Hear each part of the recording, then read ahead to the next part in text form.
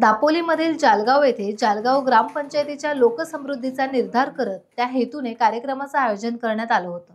या कार्यक्रमाच्या माध्यमातून सर्वांनी स्वच्छतेकडून समृद्धीकडे जाण्याचं ब्रीद हाती घेतलं गेलं। यावेळी सुका कचरा संकलन गाडीचं लोकार्पण देखील करण्यात आलं।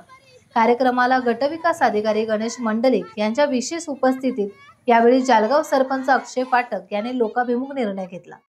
डॉक्टर बाबासाहेब आंबेडकर आणि आजचा जो कार्यक्रम आहे ज्याच्यामध्ये सगळ्यात महत्त्वाचं म्हणजे पूर्वी आपण म्हणूया की आपल्या भारतामध्ये आपली जी काय भारतीय संस्कृती आहे त्याच्यामध्ये खूप चांगले संस्कार खूप चांगल्या सवयी होत्या।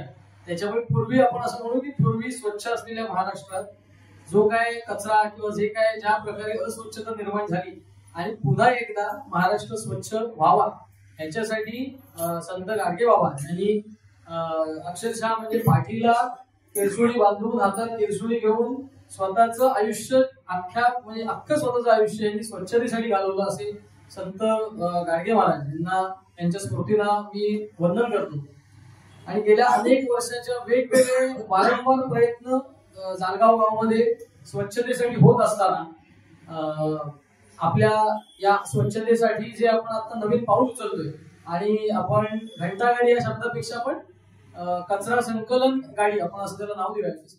टाइम्स डिजिटलला लाईक करा, सबस्क्राइब करा, शेअर करा आणि बेल आयकॉन दाबायला विसरू नका। पाहत रहा टाइम्स डिजिटल।